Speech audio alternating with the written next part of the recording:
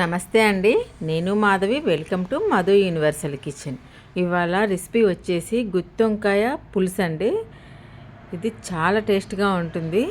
ఇది మా తోటలో కాసిన గుత్తి వంకాయలండి. నేను వాటిని వల్ల పులుసు పెడుతున్నాను. నల్ల వంకాయలు అయితే కర్రీకి చాలా బాగుంటుందండి. ఈ తెల్ల వంకాయలు ఎక్కువగా పచ్చడి చేసిన ఇలా పులుసు పెట్టుకున్నా చాలా రుచిగా ఉంటుంది. ఈ రెసిపీ మీకు నచ్చితే మీరు కూడా ట్రై చేయండి. ముందుగా స్టవ్ వెలిగించుకొని కొంచెం ఆయిల్ పోసుకోవాలి. ఆయిల్ వేడెక్కిన తర్వాత అందులో తాలింపు గింజలు, ఎండుమిరపకాయలు వేసుకొని వేగనివ్వాలి.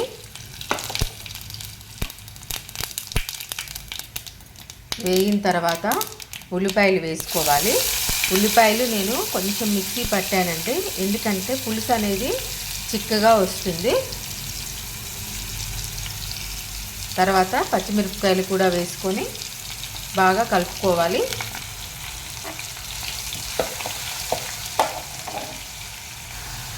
ఇవి కొంచెం వేగిన తర్వాత ఒక స్పూన్ అల్లం పేస్ట్ వేసుకోవాలి. కొంచెం కరివేపాకు కూడా వేసుకొని కొంచెం పచ్చివాసన పోయే వరకు వేగనివ్వాలి. అవి కూడా వేగిన తర్వాత చిన్న సైజు 2 టమాటా ముక్కలు తీసుకొని ఇవి కూడా కొంచెం వేగనివ్వాలి.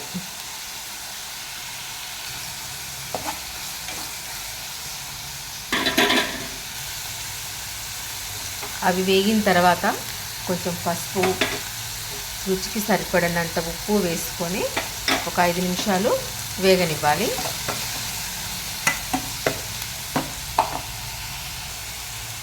ఇవి వేగిపోయాయండి.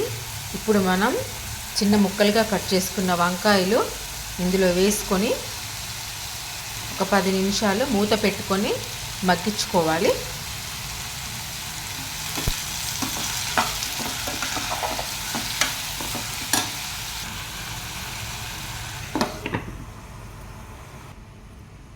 ఇప్పుడు మూత తీసుకొని ఒకసారి చూద్దాము.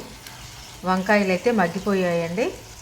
ఇప్పుడు ఇందులో కొంచెం కారం వేసుకొని ఇందాక మనం నానబెట్టుకున్న చింతపండు రసం వేసుకొని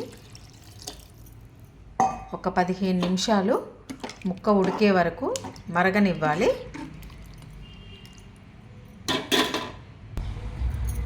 15 నిమిషాలు అయిపోయిందండి. చూడండి పులుసు ఎంత చక్కగా ఉందో, మరిగిపోయింది ఇది.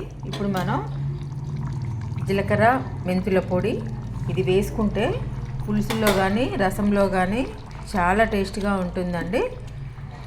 తర్వాత కొత్తిమీర వేసేసుకొని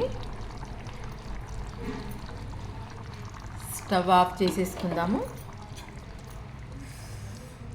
స్మెల్ మాత్రం భలే వస్తుందండి. జీలకర్ర మెంతుల పొడి వేసాం కదా. చూడండి వంకాయ పులుసు అయితే రెడీ అయిపోయిందండి.